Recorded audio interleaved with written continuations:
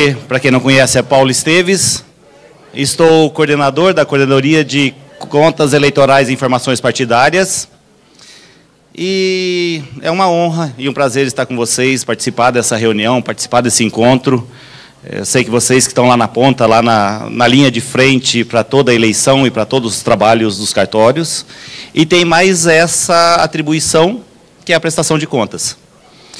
Vou falar um pouquinho, aproveitando o tempo, eu sei que o tema é prestação de contas, mas eu trouxe também algumas novidades da Coordenadoria de Contas Eleitorais e Informações Partidárias, que a gente já vai ver daqui a pouquinho, estendendo um pouco e tentando não passar muito no tempo do Moser, mas aproveitar um pouquinho que a Solange está aqui. Eu admiro sempre a forma como ela trata o nosso trabalho e como ela trata o trabalho do Tribunal Eleitoral. Com amor, carinho, dedicação. Ela foi minha chefe por um bom tempo. Por isso que eu estou puxando o saco, tá? Ela foi minha chefe um bom tempo na primeira zona, a gente trabalhou junto, eu aprendi muito e continuo aprendendo. E aqui sentaram, a Mônica saiu, mas tinha 3 chefes, 6 chefes minhas aqui, e a atual, a Daniele. Então eu falei, nossa, eu vou estar aqui sobre, né, uma pressão total. Bom, gente, Everton, por favor, comece os slides. Ele queria me mostrar primeiro, mas eu falei, não precisa. Mas vamos lá. Então, a Coordenadoria de Contas Eleitorais e Informações Partidárias hoje está na Secretaria Judiciária. Aproveitando, cumprimentar o desembargador Tito, nosso presidente no próximo biênio, e coloco à disposição eu e a equipe para que a eleição seja tranquila e que seja um ano produtivo. Voltando, a Coordenadoria de Contas Eleitorais e Informações Partidárias está na Secretaria Judiciária e é composta por 2 sessões. Sessão de Informações Partidárias e a sessão de Contas Eleitorais e Partidárias. A sessão de Informações Partidárias, ela trabalha ou atua com os sistemas SGIP, que vocês já conhecem bem. Teve algumas novidades recentes, como a permissão que o TSE disponibilizou de inclusão de CNPJ dos partidos, mesmo aqueles que estavam inativos ou inaptos CNPJ, para que eles consigam regularizar e ter acesso ao SPCA. O SAPF, que é o Sistema de Apoiamento aos Partidos de Informação, talvez tenha algumas modificações para o ano que vem, com esse pedido para utilizar digital para confirmar o apoiamento. Então, a gente está vendo ainda, o TSE está estudando como vai fazer e como vai ser. E o Sistema Filia, que agora está há uns 2 ou 3 meses na Secretaria Judiciária, com apoio sobre a guarda e manutenção e, enfim, instruções da Seção de Informação Partidária. O Filia ele foi instituído ou foi modificado totalmente do que tinha no Filia Web. O Filia Web era parte do sistema Elo e ele foi desvinculado do sistema. Então, foi criado um sistema novo para a filiação partidária. Tivemos algumas atribuições no caminho, porque teve que importar os dados, é um sistema novo de uma plataforma nova, mas que hoje está rodando bem. E, apesar de ser recente, a resolução 23596 de 2019, a lei 13877 de 2019 também já trouxe algumas alterações. Entre elas, a filiação, que vai passar a ser online, ou não tem mais o processamento das listas que tinha antes em abril e outubro, e lista especial. Então, vai ter o processamento já vai ser da filiação, então já vai ter a filiação online a partir do momento que o eleitor procure o partido. O TSE está vendo, a resolução já tem uma minuta da resolução, que está em estudo, provavelmente para janeiro ou fevereiro, mais provável para fevereiro do ano que vem. Então, extingue os processamentos, suspende... essa parte está em estudo também, porque teve divergências, que é suspender o processamento de filiação no período eleitoral. Se efetua a filiação e depois se processa ela quando retornar ou quando passar o período eleitoral, ou continua o processamento, só não conta ali para registro de candidaturas. Então, isso teve geraram dúvidas ou geraram discussões na minuta da resolução, eles estão estudando. E uma novidade que vai ter a intimação pessoal da agremiação para quando o filiado se desfiliar e for um eleito. Para que o partido acione ou peticione para as ações cabíveis. O problema que a gente está enfrentando, ou o problema que a gente vai ter, é como organizar ou como administrar quem é eleito com quem é filiado. O TSE está desenvolvendo, até é possível tecnicamente, só que depende de um desenvolvimento um pouco trabalhoso, mas que está em estudo também. Tá? A seção de contas eleitorais e informações partidárias, a gente tem o sistema SICO, que é o de Sistema de Informações de Contas. Ele está para ser disponibilizado um módulo de externo de consultas. O TSE já colocou há uns 2 meses a possibilidade de disponibilizar, mas ainda não colocou em produção. E também um pedido de vários regionais e daqui das zonas eleitorais, que é a implementação de um lançamento da regularização da prestação de contas após o julgamento como não prestada. Hoje, na prática, a gente utiliza lançar um novo lançamento, um novo julgamento, como contas julgadas sem julgamento do mérito, enfim, mas para que regularize. Mas o TSE está estudando como implementar esse lançamento para anotação da regularização, principalmente porque essa informação vai ficar pública. Com o SICO público, vai ter acesso para a população geral, então teria que ter a informação que ele foi julgado como não prestada, mas que depois teve uma regularização. Tá? É o que eu falei, atualmente a gente está usando como um novo lançamento. O sistema SPCA, a gente teve uma novidade recente, o SPCA administrativo. Até então, quando o partido perdia a senha do acesso ao SPCA, tinha que pedir ao TSE para que liberasse a senha ou trocasse o e-mail que estava lançado para que eles recuperassem a senha. Há uns 3 ou 4 meses o TSE passou essa incumbência aos TREs, eles que incluíram alguns servidores a fazerem esse procedimento, por isso que a gente pediu a vocês, e foi até por ofício circular, se eu não me engano, para que o partido solicitasse a alteração do e-mail no cartório e vocês encaminhassem para a gente, que é como está sendo o procedimento hoje. Recentemente, a semana passada, o TSE disponibilizou esse SPCA no ODIN, o que vai possibilitar que a gente forneça a vocês esse acesso. E é essa a nossa pretensão, que vocês atendam o partido e já alterem o que for necessário ali. O SPCA administrativo, ele faz o cruzamento de dados do SPCA com o SGIP, com a Receita Federal e com o Elo. Então, ele traz todas as informações daqueles que estão cadastrados ali como presidente ou como responsável, se é a pessoa mesmo e se os dados estão corretos. E possibilita que a gente altere ou atualize o nome e o e-mail para que ele faça a recuperação da senha. A gente está editando um manualzinho, a gente vai passar bem claro para vocês quando estiver disponível. A gente está conversando com a TI para já disponibilizar o acesso ao sistema. O SPCA das contas partidárias estão atualizando, estudando a atualização da 23546, tendo em vista as alterações efetuadas pela nova lei. Entre elas, a entrega da prestação de contas anual até 30 de junho, para aqueles partidos que estiveram vigentes naquele período, naquele ano, mesmo que por um período curto. Então, um mês de vigência tem a obrigatoriedade de prestar contas, o SPCA vai estar disponível. E os que não estiverem suspensos. A integração do SPCA com o PJE é uma novidade. Tá? Ele vai estar, para esse próximo ano, já vai estar disponível essa integração, que vai ser parecido com o que tem com o SPCE. A diferença, o SPCA não tem uma entrega da prestação de contas. O SPCE, o partido encaminha, ou o candidato encaminha pela internet, vai lá e entrega a mídia para a prestação de contas. O SPCA não tem. O SPCA ele envia online, vai cadastrando online. O que vai acontecer? No prazo final, ele vai dar o comando para gerar o processo no PJE. Tá? Então, 30 de junho é o prazo final, e a partir daí vai se criar o processo no PJE. Depois do SPCA, depois de criado o processo no PJE, a reabertura do SPCA para alguma alteração só vai ser possível por alguma diligência, e aí, claro, por uma determinação do magistrado, por uma diligência da equipe técnica ou dos servidores que estiverem fazendo a análise, ou pelo próprio partido para corrigir algum erro formal que ele tenha identificado. Mas, da mesma forma, ele vai ter que requerer e ter a determinação para que a gente proceda à liberação no SPCA. Tá? O TSE está conversando com a FEBRABAN já desde as eleições, desde as prestações de contas eleitorais, para conseguir os extratos eletrônicos completos.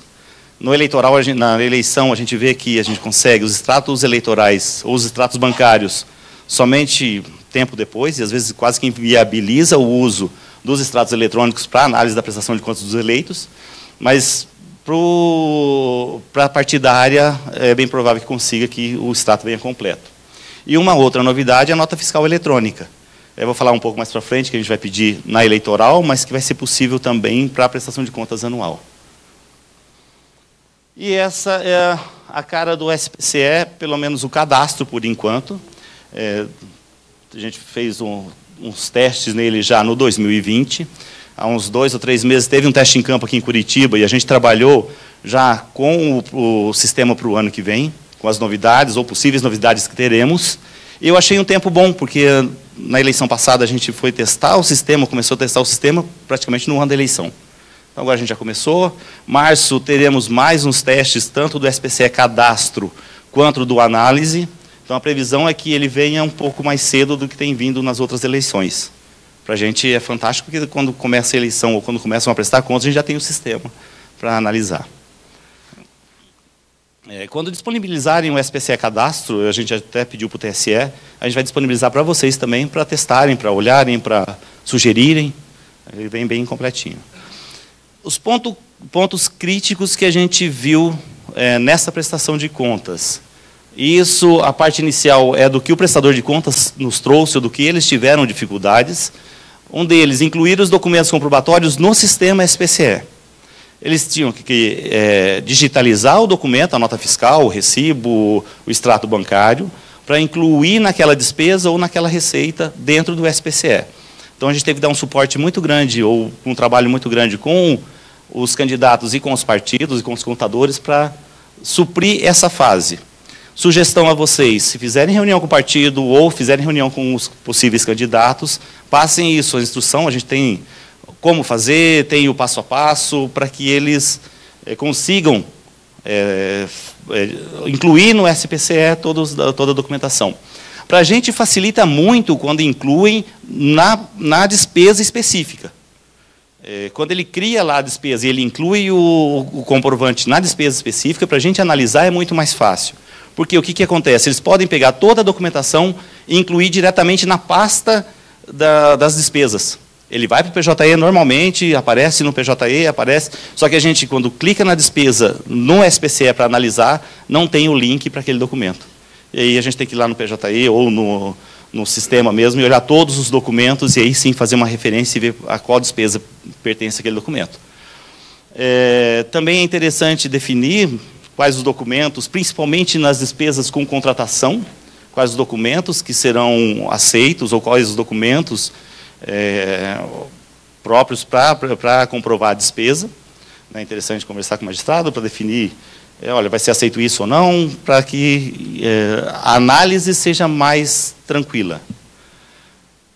Outro problema, outro ponto, e esse foi muito crítico na última eleição, 2018, gerar a mídia para a validação da prestação de contas. O candidato faz toda a prestação de contas, lança todos os dados no sistema, envia pela internet e depois ele tinha que receber esse recibo da internet, assinar, imprimir o recibo, assinar, digitalizar e incluir no sistema para gerar a mídia. Nesse momento, se ele clicasse em salvar alguma coisa, alterava o número da prestação de contas. Então, quando ele vinha entregar a mídia para validação, o número não batia. O número de controle não batia e não conseguia entregar. Teve vários que voltaram inúmeras vezes e até trouxeram o computador ou o notebook aqui para que a gente auxiliasse. Então, esse foi um ponto crítico. Vai mudar bastante para 2020. 2020, o TSE já fez, no sistema que a gente testou, não precisa mais imprimir e assinar o extrato da prestação de contas. Quando ele enviar a prestação de contas pelo sistema, o sistema retorna o extrato e ele já junta automaticamente na mídia a ser gerada. Então, ele vai gerar a mídia depois disso, então não tem nenhuma intervenção, ele não vai precisar escanear nada, não vai precisar assinar nada, ele já vai gerar a mídia automaticamente. Só não vai enviar o automático, não vai ter a possibilidade de gerar ou criar a mídia tão automático, sem um comando. A nossa ideia era assim, ele clicar no comando para enviar a prestação de contas, já fizesse todo o trabalho, já saísse com a mídia pronta.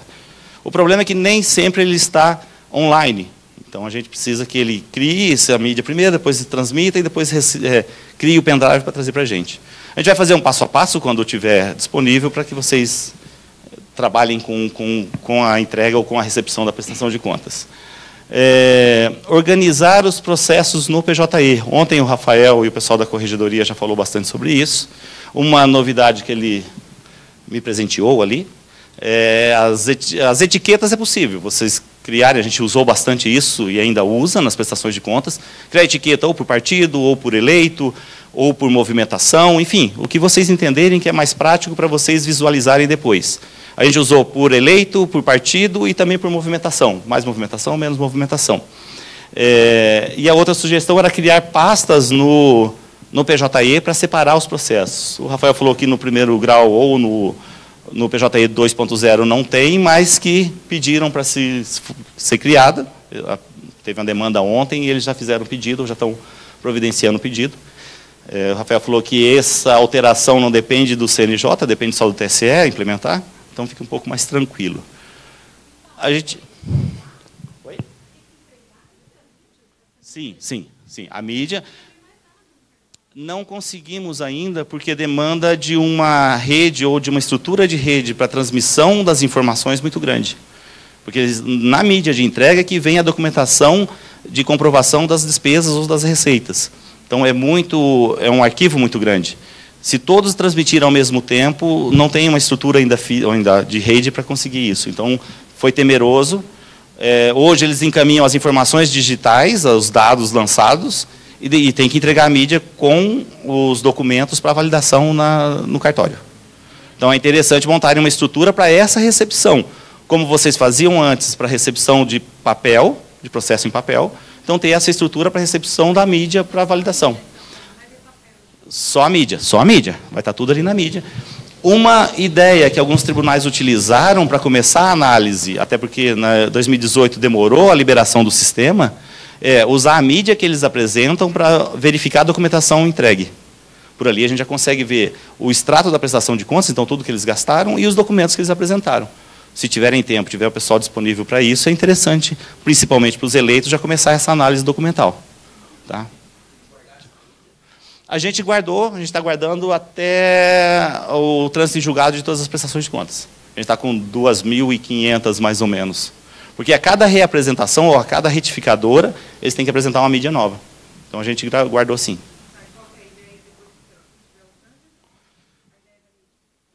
Ou doar, ou utilizar no tribunal mesmo, ainda não foi estudado isso. A gente está com ela ainda no setor, né, aguardando. E foi interessante guardar as mídias, receber e ficar com as mídias, porque aconteceu no sistema, na transmissão, não ser possível, ou ter alguma pane no sistema, e a gente tem que reutilizar aquela mídia que a gente arquivou. Né? Mais uma segurança para isso, e também uma segurança para depois, olha, não, a mídia está aqui, vocês entregaram essa mídia mesmo. Então, a gente tem elas até hoje, todas elas lá em caixas guardadas. Assim. Diga... Oi, bom dia. É só fazer uma pequena intervenção que, com relação às prestações de contas, vai demorar para acontecer o trânsito de julgado, porque tem muita devolução de valor. E, provavelmente, vai para a execução posteriormente. Então, vai ter que preservar essas mídias. A gente vai guardar a mídia por um bom tempo. Mas no cartório... Bom, apesar que a gente teve 2.500, o espaço não é tão grande, são 2 ou 3 caixas. Enfim, mas a gente tem guardado, sim. Por favor, Everton. A gente utilizou também, nesse acompanhamento, nesse controle das prestações de contas, a planilha Excel. O problema da planilha Excel é que tem que ter alguém que atualize sempre. Então, em que pegue, em que passo que está a prestação de contas, se foi analisado ou não, está em diligência, o que tem. É interessante, a gente utilizou bastante, mas tem que ter alguém que atualize sempre. Criar a pasta, a gente criou uma pasta para cada candidato, para cada partido, na pasta N. E ali a gente colocava os pareceres de diligência, as informações principais. A gente utilizou também uns processamentos feitos no Excel. Tem um colega do TRE de São Paulo que trabalha no grupo de teste do PJE, do SPCE, e ele desenvolveu no Excel um cruzamento de dados, e a gente tem utilizado. e a gente vai disponibilizar para vocês também. Ele traz algumas informações bem interessantes, faz todo o cruzamento de dados automático no Excel. O papel de trabalho é uma coisa que a gente está querendo implementar para as anuais, que é fazer a análise, fazer tipo um checklist mesmo de tudo que tem, o que não tem, o que está faltando. Para o retorno da prestação de contas, você já tem toda essa informação anotada. A gente tem esse papel de trabalho, a gente pode disponibilizar também. Pois não?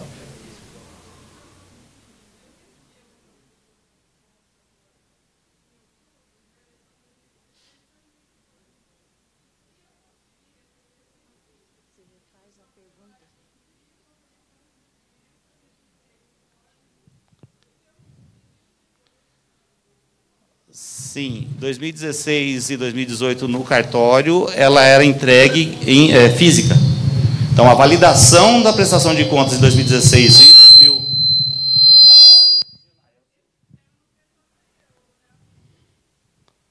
por favor, repita a pergunta que... Então, Paulo, agora em outubro, eu recebi prestações de contas de 2016 e 2018 no PJE, aí eles escaneavam aquela primeira folha e tinha o código. Aí eu ia lá no SPCE e envio, aí confirmação do recebimento, eu digitava o código e eu recebia a prestação de contas e não tinha mídia nenhuma. Perfeito. É que no primeiro grau, eleição 2016 em geral e eleição 2018 no primeiro grau para partidos, ele não tinha entrega de mídia mesmo. A entrega de mídia para a prestação de contas 2018 foi só no TRE, só para as prestações de contas de candidatos e partidos daqui, que foram candidatos à eleição. Dos partidos na municipal, ou mesmo nessa prestação de contas, ela era física, você valida lá pelo extrato da apresentação da prestação de contas, e o documento é juntado até no PJE, mas não automaticamente pelo SPCE, como foi feito aqui em 2018, como será em 2020 para vocês. Então, na prestação de contas municipal ou no cartório, não tinha mesmo a entrega da mídia. Então, tanto que a documentação ele tinha que trazer digitalizada para ser incluída no PJE, ou na petição já incluir a documentação da prestação de contas. Então, é diferente mesmo, e vocês vão ver essa realidade para 2020. Tá? Por favor, Everton. Fui claro? Conseguiu? A visualização dos documentos no PJE e no SPCE. Nessa prestação de contas 2018, o SPCE só referenciava o documento no PJE. Se vocês entrarem lá e ver a documentação apresentada, no PJE ele só aparece um link, até ilegível ali, com vários dados, só linkando aquele documento que ele ficou no CITDOC, que é o banco de dados onde estão guardados os documentos, mas ele não tem o nome do documento, ou não tem uma referência ao documento. Você olha aquela lista lá, 700 documentos, não faz ideia do que é o quê. A previsão para 2020 é que tenha pelo menos a referência do documento, se é uma nota fiscal e o número, se é um recibo e o número, se é um contrato e o número e o nome. Então, é para melhorar bastante essa visualização no PJE. No SPCE, a gente visualiza pela despesa, entra na despesa, entra no documento e a gente consegue analisar por ali. Mas no PJE é um pouco mais difícil, a tendência é que melhore agora. O SPCE 2020 vai ser o mesmo que a gente utilizou 2018 e 2016. A previsão do TSE 2022 vir com um sistema novo, já tem algumas ideias, já tem alguns projetos, e entre eles lançar no PJE o documento mesmo, e não um link ou um vínculo com algum link. Tá? Mas ainda é um projeto mais para o futuro. Atualização sem enviar a autuação sem enviar pelo SPCE. O que acontece? O PJE é criado com o envio da prestação de contas pelo SPCE, ou, para a futura, para o SPCA também. Então, se o candidato ou o partido peticionar com o nome de prestação de contas e lançar os documentos diretamente no PJE, ele não cria o vínculo com o sistema de prestação de contas, com o SPCE. O que acontece? Se ele apresentar depois uma retificadora ou um documento no SPCE, ele não vai linkar no PJE. Isso aconteceu em 2018. Teve que ou arquivar esse processo físico, esse processo criado manualmente, para validar só aquele criado pelo SPCE, porque senão a gente não consegue esse vínculo com os documentos encaminhados pelo SPCE. Então, se tiver retificador ou mais algum pedido no SPCE, ele não lança automaticamente no PJE. Então, os que teve alguns até por erro do sistema, ou alguma inconsistência do sistema, que foram arquivados para se validar apenas aqueles que foram criados por meio do SPCE. É isso, né, Dani? Obrigado. Vamos lá. Para 2020, então, a gente já começou os testes do SPCE. As primeiras versões a gente vai disponibilizar assim que o TSE disponibilizar, pois não?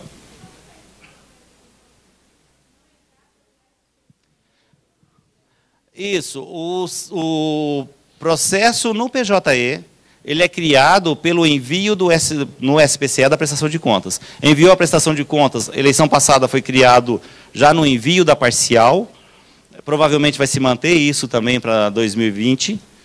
No envio da parcial, ele cria o PJE e já vincula aquele número do candidato, aquele número do SPCE, ao número do PJE. Então, qualquer pedido ou qualquer retificadora que encaminhar pelo SPCE, ele já entra diretamente no PJE. Aconteceu que alguns partidos ou alguns candidatos peticionaram como prestação de contas, incluindo a documentação da prestação de contas diretamente no PJE, sem ser nesse processo criado automaticamente pelo SPCE. Então, a gente tinha 2 processos de prestação de contas, um criado pelo candidato ou pelo partido, e outro criado pelo SPCE. Tá? 10 minutos. Está terminando. A identificação do documento do PJE eu já disse. Geração de arquivo para validação de forma direta, também falamos no começo.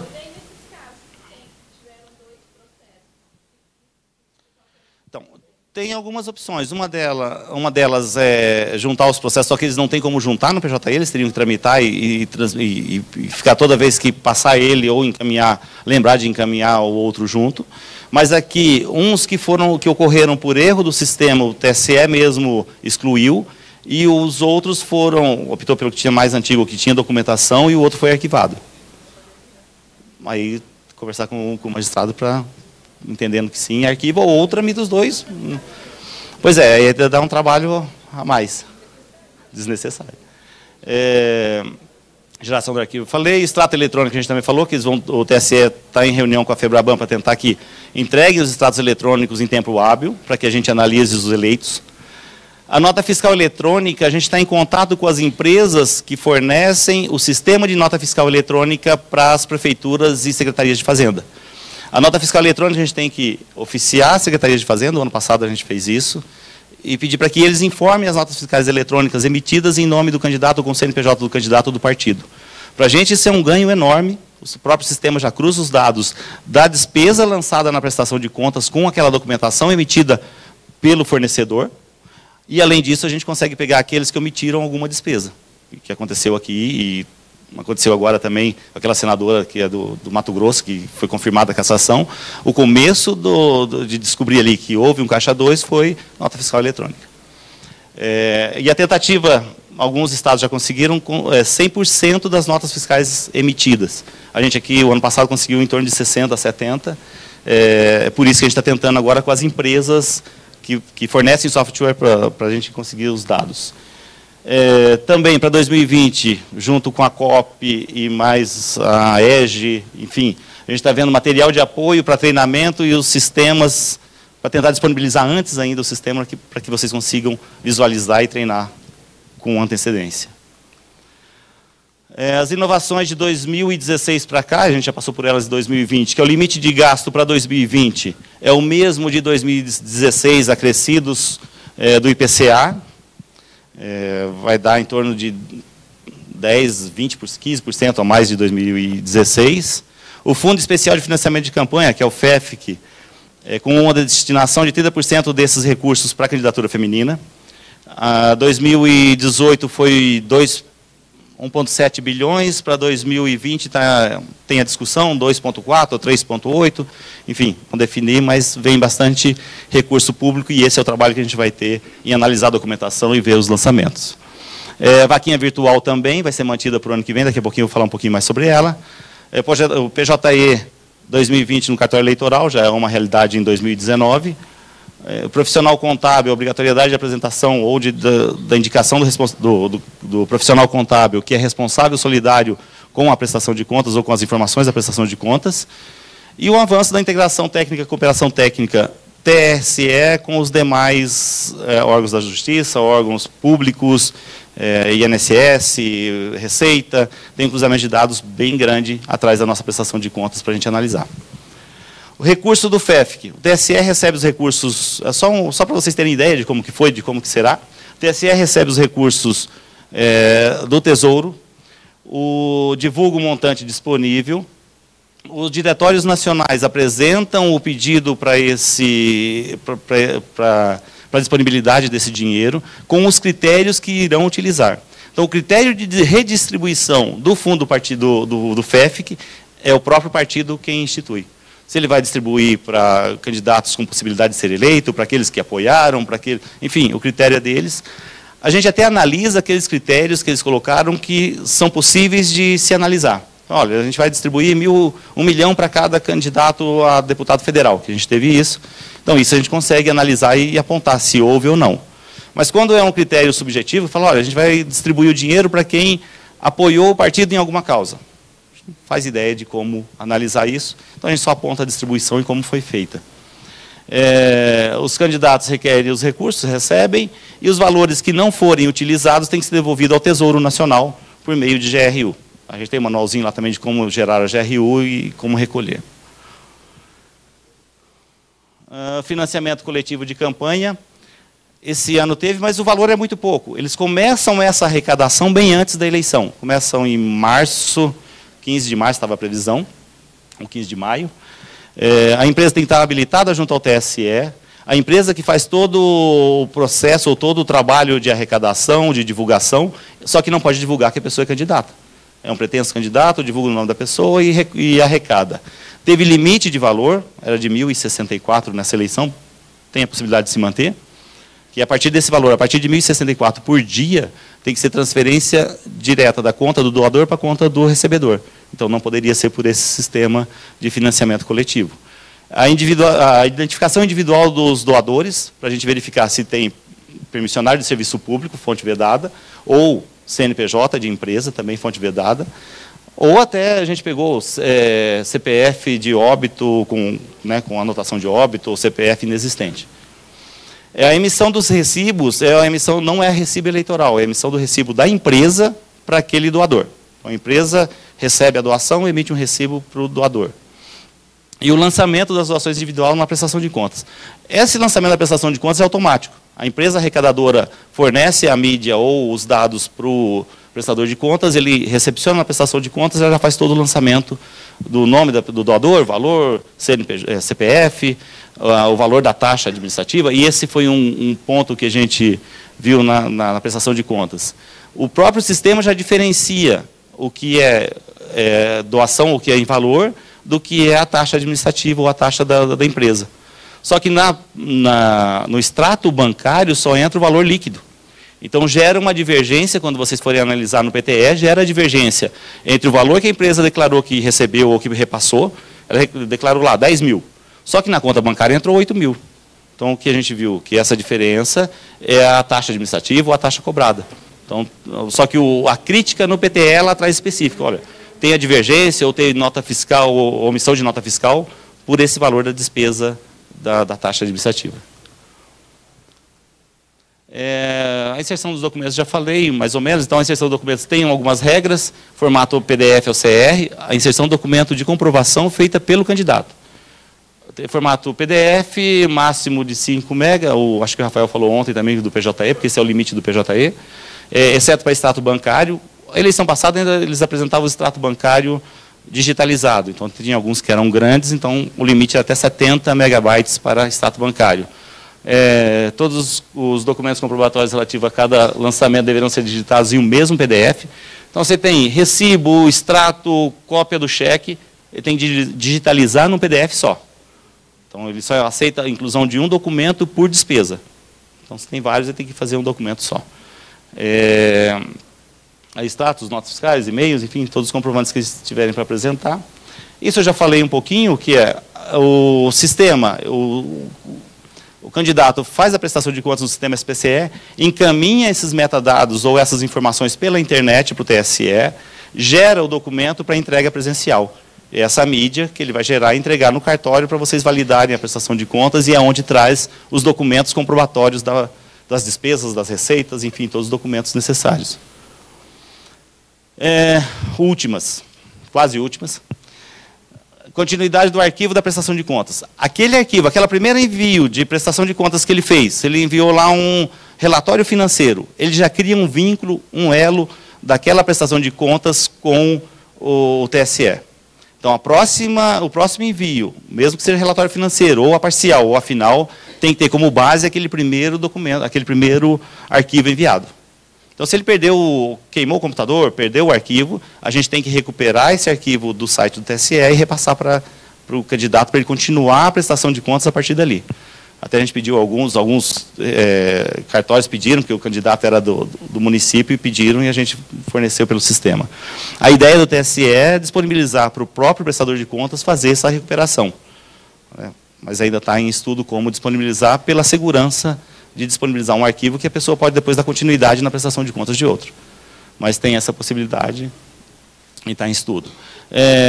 Problemas com lançamento de divergências que não puderam lançar ou corrigir na prestação de contas, a gente sugeriu que, assim, teve problema, não conseguiu lançar, que façam em nota explicativo para que a gente tenha essa explicação e possa analisar e possa verificar a veracidade do fato. A gente verifica aquilo que eu falei, a distribuição ou a redistribuição do valor do FEF do fundo partidário.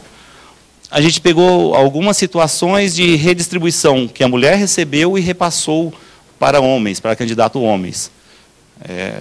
Tem essa previsão na resolução de que não pode haver essa redistribuição, salvo para material de uso comum, que ela fez material para ela, mas fez lá um santinho para os dois, né? E aí tem o candidato masculino também.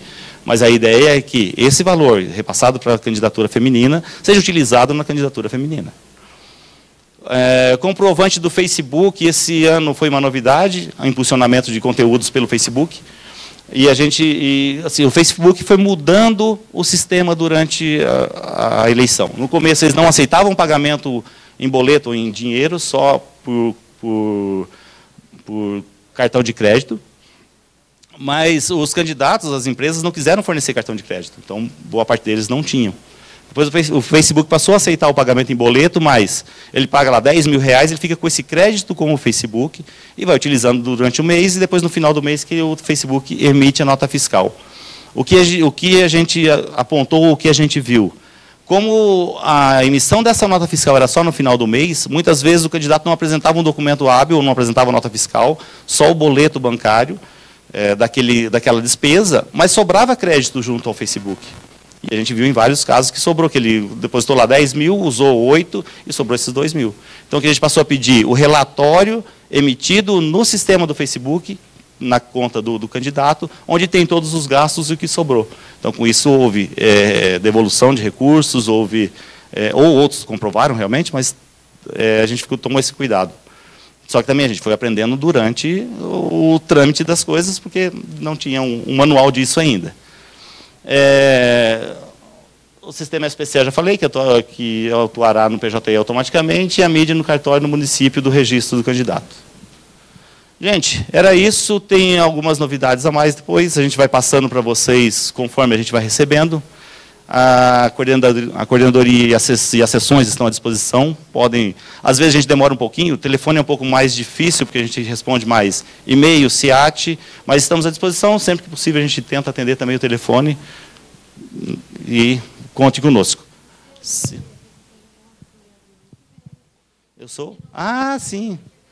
A Solange já tinha falado das equipes que vão dar suporte o ano que vem, e na prestação de contas vocês vão ter que me ouvir algumas vezes, felizmente ou infelizmente para vocês, não sei, mas a gente vai dar o suporte. Vai ter o EAD também, que tem o projeto para a gente fazer um EAD para esse treinamento, para disponibilizar o material de análise para vocês. A gente vai colocar também o material impresso ou físico, talvez na Wiki ou na página, mas a gente vai acompanhar o que a COP colocar o material na Wiki, né? Na Wiki.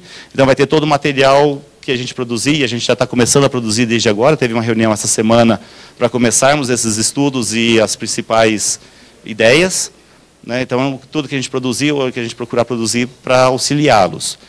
Se tiverem sugestões, dúvidas, nos enviem.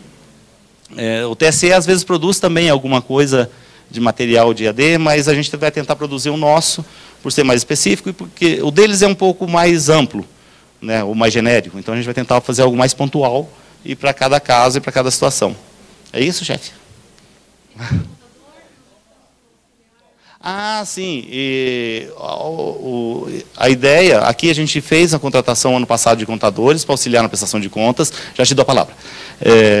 Mas para a próxima, como o gasto foi um pouco alto, e a gente viu que não tem a necessidade de uma especialização tão grande, a ideia para a próxima eleição é contratar técnico administrativo, né? Um pouco mais que isso. Um técnico com a qualificação, a gente até está vendo ou graduado ou em graduação, para que auxilie na análise da prestação de contas. O que a gente utilizou bastante, que a gente viu que deu um bom retorno, é a análise documental. E como o orçamento ou a verba pública utilizada ou empenhada na campanha é alta, a eleição passada foi 80% dos gastos com a campanha foram dinheiro público. Deu 130, 140 milhões só no Paraná. Então, assim, a gente tem que analisar toda a documentação, e vem muita documentação. Foi aproximadamente 1 milhão de documentos que a gente visualizou. Então, se vocês utilizarem para isso, já é um grande ganho. E não só esses que vão ser contratados específicos, mas também quem tiver no cartório, que tiver disponível, estagiário, que tiver com tempo, deem uma olhada na documentação, façam a relação da documentação, já anota o que tem, o que não tem, o que aquele documento trouxe, para que depois facilite o trabalho na emissão do parecer. Isso, chefe. Então. Isso é bom. Aqui, com feedback aqui, é fantástico para mim. Então, quem quiser fazer parte dessa equipe para dar o suporte, para estudar juntos, para desenvolver material, para desenvolver EAD, para desenvolver estudos, por favor, entrem em contato, mandem e-mail, liguem na coordenadoria, enfim, deem um sinal de fumaça que a gente vai atrás. Já tem 3, né? Não. Então não levantem a mão se são tímidos, mas mandem um e-mail depois, então, que a gente vai receber. A Carla já riu um monte aqui, então acho que ela vai... Pois não? Ô Paulo, só uma pequena dúvida que ficou ali para mim. Você disse o seguinte, que o candidato envia a prestação de contas no SPCA, né? A gente no SPC vai estar... E vai fazer a junção com o PJE. Isso. Ele só vai precisar juntar na parcial. Prestação de contas parcial, você falou que já vai criar o processo. A procuração do advogado, ele só junta, ele mesmo pode mandar a prestação de contas, o contador, no caso, pode mandar, ou vai precisar da presença do advogado? Porque, na realidade, o PJE vai precisar do advogado. Tá. Uma das facilidades do SPCE e do SPCA é essa. O contador mesmo, ou o próprio candidato, consegue enviar as informações e a documentação que é juntada no PJE. Se for por petição, se ele quiser juntar um documento por fora, diretamente no PJE, aí tem que ser pelo advogado. Mas pelo SPCE e pelo SPCA, o próprio candidato ou o contador consegue enviar. Tá? Na parcial, ele não envia documento. Na parcial, ele envia só informações. Documentação, ele vai enviar numa retificadora da parcial ou na final. E aí, se ele quiser juntar antes a procuração, aí sim, ele tem que juntar direto no PJE. Mas aí é o advogado que faz. Perfeito? Gente, vamos passar para o Mozart ali, que ele queria que eu encurtasse o tempo dele, mas eu não vou encurtar tanto. Muito obrigado, estamos à disposição, foi uma honra falar com vocês. Obrigado.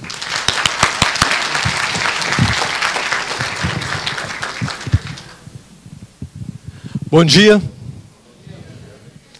Também é uma honra, né, um prazer recebê-los e revê-los. Que bom que a gente conseguiu agora em ano não eleitoral, né, porque sempre é só uma vez a cada 2 anos. E, enfim, esse ano... Valcir abriu mão ali, soltou a grana e foi possível isso. Então, gente, eu sei que já estamos adiantados um pouco na hora e, de repente, né, a fome começa a bater, então vou tentar ser bem objetivo na minha fala. Até porque depois vem a Gabriele falando para vocês sobre banco de horas, hora extra, eu sei que interessa bastante. Então, vamos tentar ser objetivo. Vou falar para vocês sobre 3 assuntos. O primeiro deles é exame periódico, que, né, foi um trabalho ali coordenado pela Seção de Saúde e começou no final de 2018, aqui na sede e nos cartórios eleitorais. A gente conseguiu 76% de servidores que fizeram exame periódico ano passado. Isso é muito bom, né? A gente tem que cuidar da saúde cada vez mais. O exame periódico é obrigatório, mas não é obrigatório, porque diz que é obrigatório, mas você pode dizer que não quer fazer, então não é, né? Então não é obrigatório, mas é bom que todo mundo faça. Vai continuar o ano que vem, os exames a partir de fevereiro, a ideia é que vá até junho, né? Então a gente tem uma empresa terceirizada que viaja o interior do estado todo aí, entrando em contato com cada servidor, fazendo os exames laboratoriais, depois a consulta e tudo tal. E a gente tem visto que está sendo muito legal. Várias pessoas já vieram falar com a gente que, nossa, tipo, lá ver, tipo, né, tem que tomar cuidado aí com açúcar, tal, uma coisinha ou outra. Então a prevenção é o melhor remédio. Então continuem fazendo ano que vem, tá? A partir de fevereiro já começa aí os exames de novo, tanto aqui em Curitiba quanto no interior. O outro assunto que eu quero falar com vocês, Everton, nos slides não estão? Faça favor. Everton, atenção, Everton. A gente tinha uma telefonista aqui bem antigamente, só o pessoal bem das antigas que lembra disso, a Ivete. Ela era telefonista, ela anunciava no som, ela falava, atenção, Everton, telefone. Saudade da Ivete. E ficou essa, né? A gente lembra, Everton. A questão do outro assunto é o DFT, dimensionamento da força de trabalho. É um contrato que o TSE fez com a Universidade de Brasília, com a UNB, e abrange o país inteiro, todos os tribunais, todos os cartórios eleitorais. E a gente já está fazendo aqui na sede, é um trabalho que está sendo executado ali pela seção de lotação e remoção, pelo Fernando, pela Glauce, pela nossa estagiária Dani lá, tudo que estão fazendo reunião com todas as áreas aqui do tribunal. E a gente está na fase qualitativa, que é a fase simplesmente de levantar as atividades, sem mensurar ainda os tempos. Praticamente o tribunal, faltam poucas áreas aqui da sede para terminar. E em relação aos cartórios eleitorais, a gente teve agora recentemente o William, lá de Londrina, que foi para Brasília, o Olívio, aqui de Curitiba, e o juiz da terceira zona eleitoral também que foram. E eu queria que o William viesse só contar um pouquinho, rapidamente, para a gente, como é que foi essa reunião em Brasília, falando sobre o dimensionamento da força de trabalho para os cartórios eleitorais. Que é a ideia da gente ter um estudo técnico coordenado pela ONB para ter noção, porque quantos funcionários de fato precisamos, né? Como é que a gente consegue gerir essa força de trabalho? A gente sabe que tem muita diferença entre zonas eleitorais, não é tudo a mesma coisa, e também aqui na sede precisa fazer esse estudo. Então, William, conta pra gente como é que foi lá em Brasília. Obrigado, Moza. Bom dia a todos. Dimensionamento da força de trabalho. Existe uma portaria, quem quiser dar uma olhada, eu acho interessante, que é a portaria 140/2019 do TSE, da ministra Rosa Weber, que determina que nós, da Justiça Eleitoral, façamos esse estudo. É um estudo técnico, nós trabalhamos 2 dias no TSE e fizemos basicamente um trabalho muito parecido com o que nós fizemos com a nossa equipe da Wiki, da Rotinas de primeiro grau aqui, pelo projeto de eleições 2020. Fizemos um levantamento de entregas dos cartórios eleitorais. Já havia um formato pré-definido quando nós chegamos lá, mas houve muita liberdade para a gente poder incluir, ou excluir, ou retificar qualquer dado que estivesse lá.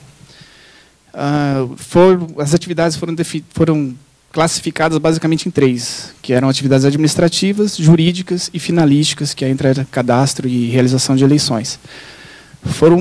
A gente foi bem criterioso, tá? A equipe foi composta por 2 juízes eleitorais, um deles aqui do Paraná, o Dr. Guilherme, e 30 servidores de todo o país, de cartórios eleitorais. Basicamente, ali, a gente fez um levantamento de entregas dos cartórios, as atividades e as entregas, e isso foi relacionado exaustivamente. Tá? Tinha colega lá que não saía para almoçar, para poder definir. Que a preocupação maior, acho que de todos que participaram lá, deve ser, que passa na cabeça da maioria dos colegas aqui agora, né? Para que isso? Né? Isso implica no quê? Extinção de zonas, remoção de servidores de ofício, para que isso? Né? Então, eu vou aqui repetir o que a secretária de Gestão de Pessoas do TSE disse para a gente lá na ocasião, abrindo aspas, esse estudo não foi iniciado com uma finalidade específica de extinção ou de remoção de servidores. O TSE só quer saber exatamente o que as zonas eleitorais fazem. E, em cima disso, tomar alguma providência se for necessário. Fecha aspas. Isso foi o que ela disse. Depois do mapeamento, como o Moza já até adiantou, nós vamos teremos um novo contato, provavelmente por videoconferência, e aí será feita a segunda fase, que é o fluxo dessas atividades. Por exemplo, nós temos a atividade alistamento eleitoral, a entrega, título de eleitor. O fluxo dessa atividade seria conferência de documentos, inserção de dados no cadastro, até a entrega do título. Isso tudo vai ser ainda mapeado do início ao fim. E depois, num outro momento, o dimensionamento da força que isso é necessário para fazer essa atividade. A mensuração do esforço necessário para essa atividade. E, por fim, a medição, que são os indicadores de cada uma dessas atividades. Você expede ofícios, é uma atividade que a gente colocou lá. Quantos ofícios você expede? Qual é o esforço necessário para isso? Essa foi a nossa experiência lá. Eu achei muito interessante. O estudo foi bem técnico, foi direcionado pelo pessoal especializado da UNB. E creio que seja isso. Obrigado.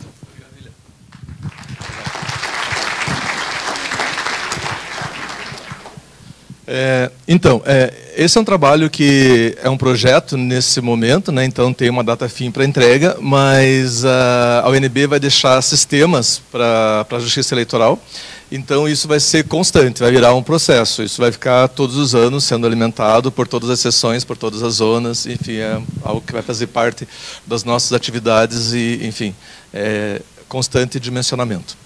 Muito bem, vamos para o terceiro assunto, que é o resultado da pesquisa de clima. Vamos lá. Cadê? Eu que estou com o slide, né? Eu que estou com o negócio aqui. É verdade. A pesquisa, então, ela é coordenada também pela seção de desenvolvimento organizacional, pela Carla, pela Juliana, que estão ali, pela Isabel, pela nossa estagiária lá, a Elisa. E foi de 7 a 25 de outubro desse ano, 2019. A gente teve uma participação muito maior do que na última pesquisa. Esse ano a gente teve 62,7% dos servidores que responderam à pesquisa. A última foi em torno de 52%.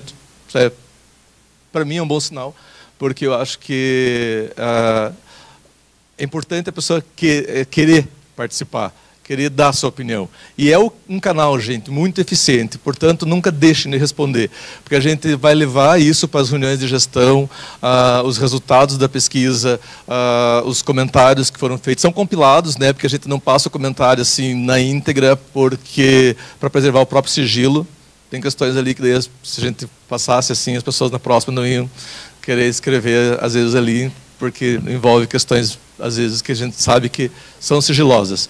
Mas a gente leva toda a compilação dos resultados e trabalha isso tanto nas reuniões de gestão quanto nas reuniões de governança, vai ser levado agora, isso aí. Então, é um canal para falar mesmo. Pesquisa de clima não é essa, tipo, estou insatisfeito, não vou responder. Aí que tem que responder. Tem que responder mesmo, colocar a tua opinião e para a gente ver o que pode ser melhorado. O objetivo, então, é conhecer o nível de satisfação e adotar políticas internas, para melhorar os resultados. Foram 49 perguntas pela intranet, a participação foi voluntária, não era obrigatório. 63% dos servidores responderam à pesquisa. Deu um problema aqui de configuração ali no negócio. Mas 66% dos servidores que responderam estão entre 36 a 50 anos de idade aí. 12% os mais novinhos e 21% acima dos 51 anos. Isso também representa mais ou menos o quadro de servidores do TRE. Então não está tão diferente do que seria mesmo, porque é mais ou menos essa distribuição do TRE.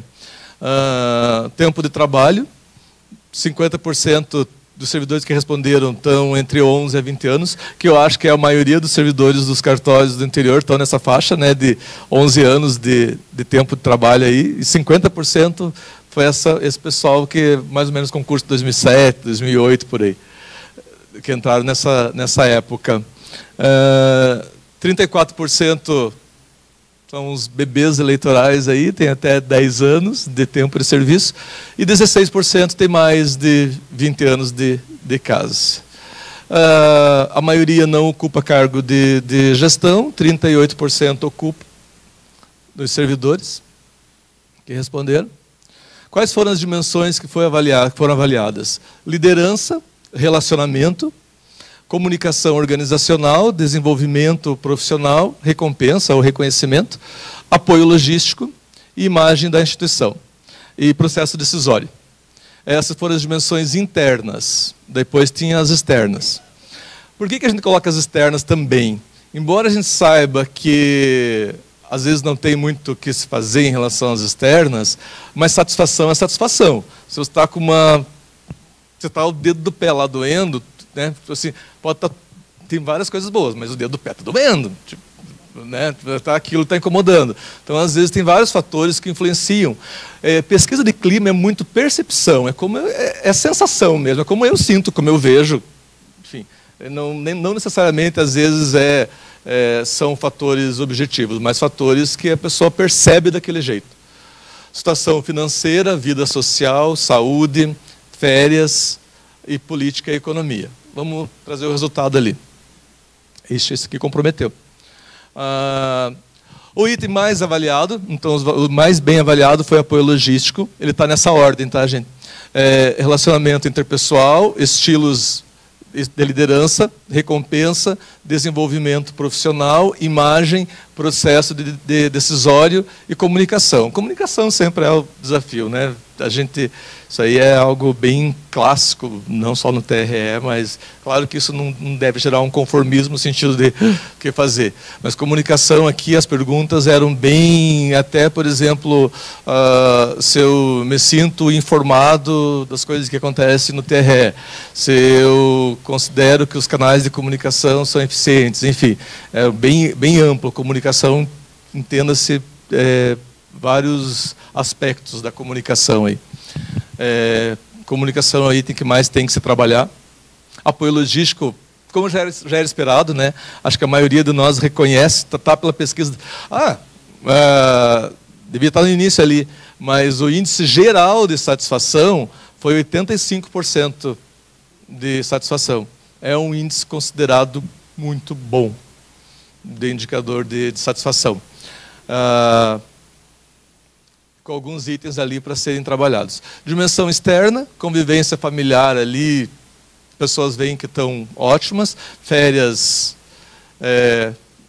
também bom, vida social também, situação financeira, por incrível que pareça, a maioria se vê confortável, né, na situação financeira, investimentos e despesas familiares também, saúde já um pouco menos ali, e política e economia, como era de se esperar, né? As pessoas veem não muito bem. São fatores externos, né? São fatores externos. DFT já falamos, então, o William já apresentou. A série está quase toda mapeada, faltam algumas unidades, previsão é terminar agora em janeiro aí. Está aqui as não mapeadas, né? Para vocês. Depois isso aqui vai para o PAD lá, que a Solange vai juntar tudo. Vou só melhorar aquele negócio ali que deu. Se bem que no computador lá não estava dando, obviamente, estava aparecendo todos os indicadores. Na hora deve ser alguma desconfiguração. Depois a gente passa ali. Vou passar para a Gabriele falar para vocês sobre banco de horas e hora extra, mas desejar... muitas ações da saúde, gente, ainda vão ser faladas, porque nós temos um comitê gestor local de saúde, que é coordenado pelo Dr. Rogério de Assis, que é membro da corte aqui. Então, amanhã vai ter um espaço específico para falar das ações de acessibilidade e ações de saúde aqui, que também envolvem a Secretaria de Gestão de Pessoas. Então, ficou separado aí, mas ainda vai ter o detalhamento disso tudo.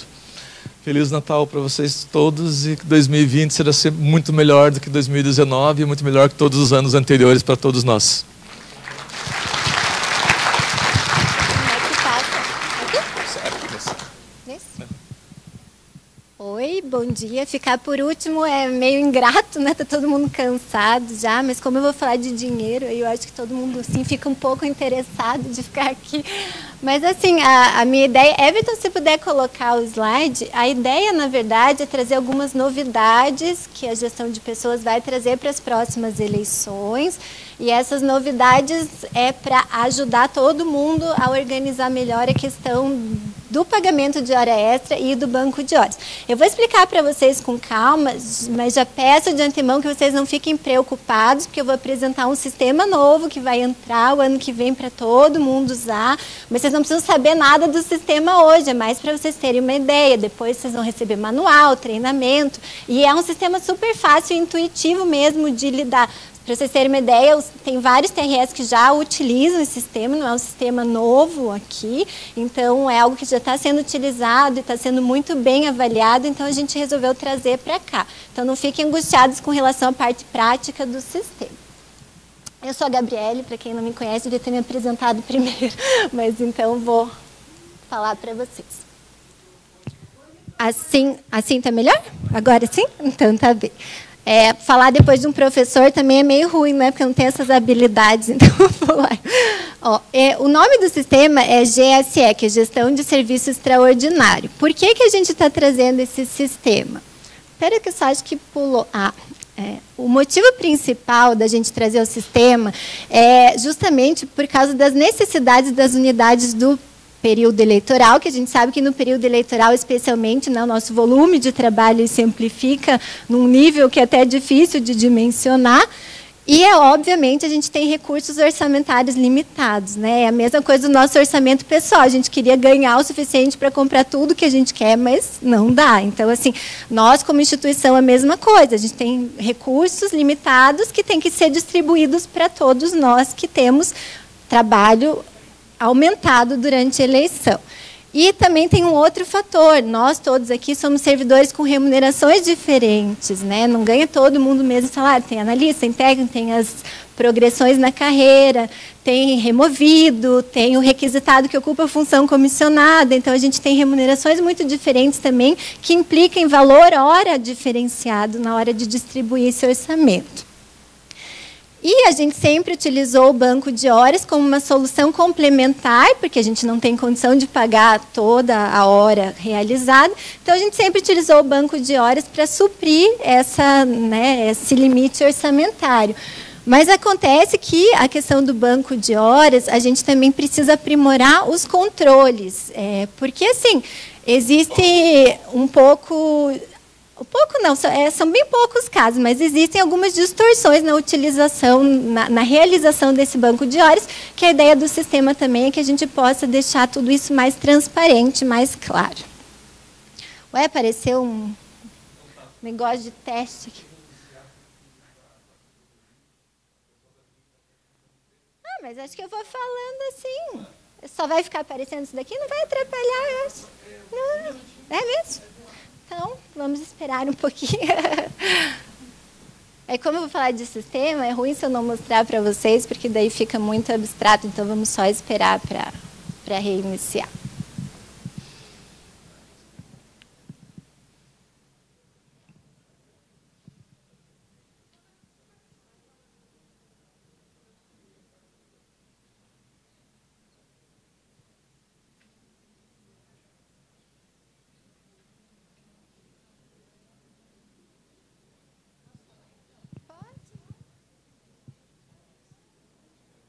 Pessoal, o restaurante Tomé, hoje ele está fazendo um cardápio especial, tá? Aí o Rogério, que é o dono do restaurante, pediu para vocês almoçarem lá.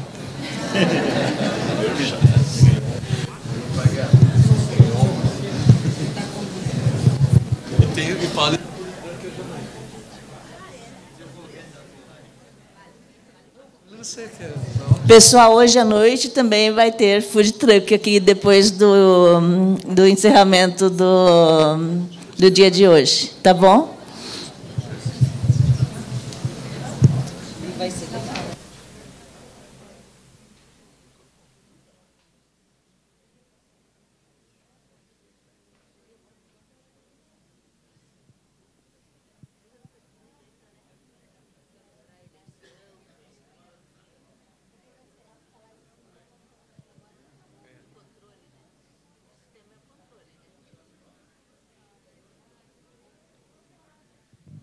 Voltamos.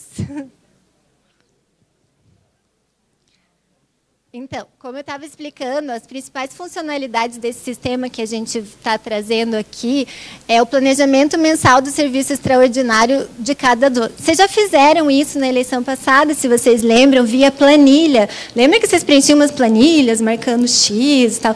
A ideia do sistema é trazer isso de uma forma muito mais facilitada para vocês, porque aquele jeito foi um jeito que funcionou, né, para o controle, mas acho que dava bem mais trabalho do que do jeito que a gente vai trazer agora. Então, vocês vão poder planejar o serviço extraordinário do cartório e todo o planejamento do serviço extraordinário, a partir de agora, vai ter uma autorização do diretor-geral. Isso significa assim, via sistema, o chefe de cartório vai lançar o planejamento da unidade, então não é o teu planejamento pessoal, é o planejamento da unidade, e assim que se fecha o planejamento, esse planejamento vai direto para a direção geral, que vai homologar ou não. O ou não significa que ele pode pedir algum tipo de ajuste ou esclarecimento, né, em relação ao cartório. E em relação à sede também, isso funciona na sede. Só que na sede a lógica só é um pouquinho diferente, porque vocês, na zona eleitoral, é o chefe de cartório que vai fazer isso. Aqui na sede são os secretários que vão planejar da unidade inteira que fica abaixo.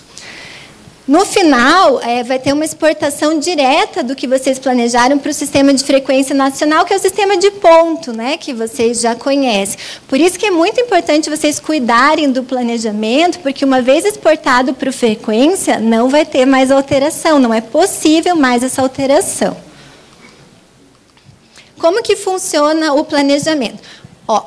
A gente até hoje sempre pagou o banco de horas da seguinte, ou as horas extras da seguinte forma. O pessoal fazia as horas extras e a gente via quanto tinha de orçamento para pagar naquele mês e fazia um percentual e todo mundo sempre recebeu a mesma quantidade de horas, não de dinheiro, né? Porque nossos salários são diferentes, mas a gente sempre recebeu a mesma quantidade de horas. Esse planejamento que a gente não fazia, na verdade, que fazia depois, conforme a necessidade do trabalho, agora ele vai ser um planejamento anterior. Ele agora vai ser um planejamento anterior. E aí o que acontece? Cada cartório, na verdade, esse sistema ele vai considerar quantas pessoas também estão lotadas no cartório, tá? E aí ele vai distribuir uma X quantidade de horas de dinheiro lá para vocês, que vocês vão distribuir. Vocês não vão conseguir fechar um planejamento que ultrapasse o valor daquele mês. E aí, isso considerando o salário, por exemplo, do técnico e do analista. Tá? Mas eu vou dar um exemplo. Vamos pensar assim que, por necessidade de trabalho, um de vocês precisa vir mais do que o outro trabalhar. Esse orçamento é do cartório. Então, se um de vocês não usa o orçamento, o outro vai poder utilizar. Ele é distribuído entre vocês ali. Isso eu estou falando de dinheiro, tá? Mas tem também a questão do banco de horas. Então, além dessa questão do orçamento, vocês também vão ter um limite fixado de horas que vocês vão poder fazer como banco de horas. A ideia desse planejamento é que vocês o façam até o dia 20 do mês anterior. E é super legal o sistema, que conforme vocês vão planejando, vocês já sabem, inclusive, o quanto vocês vão ganhar, porque o sistema já calcula e mostra o valor estimado da hora extra, tanto sua como do seu colega. Aí, vocês vão fazer, como eu estava explicando, a questão da planilha. Agora, em vez da planilha, vai ter um calendário. E nesse calendário, vocês vão selecionar qual servidor vem trabalhar, que dia, que hora. Aqui é uma coisa bem importante, porque, assim, agora a autorização de banco de horas, ela tem a ver com o horário certinho. O que eu quero dizer assim, não dá para vocês simplesmente dizerem, eu vou fazer 2 horas extras a mais no tal dia. Vocês vão ter que dizer qual o horário que isso vai ser feito. Então, considerando que o nosso expediente é do meio-dia às 7, por exemplo, se vocês vão ficar das 7 às 9, vocês têm que lançar essa autorização das 7 às 9, né, para vocês. Por quê? Porque justamente a ideia é que o diretor-geral tem uma visualização ampla de exatamente o que está acontecendo. O sistema, eu sei que parece complicado, mas vamos pensar que todo dia vocês se organizarem, que o cartório vai abrir às 8 da manhã e que vai ter 1 hora extra. O próprio sistema, você pode fazer o lançamento para o mês inteiro naquele horário, uma vez só. Já explico. Já explico, isso daí também vai ser... o sistema, ele entende isso. É o que eu estou dizendo assim, aqui a gente está falando de planejamento, aí está falando de coisas não possíveis de planejar. Já chego lá, não fiquem assustados. É que assim, eu estou falando do que dá para planejar. Por exemplo, você vai dar aula para mesário, vai abrir no sábado. Você sabe o horário que você marcou, né, o treinamento de mesário. Já chego no não planejado, que é o que mais tem, né, na eleição.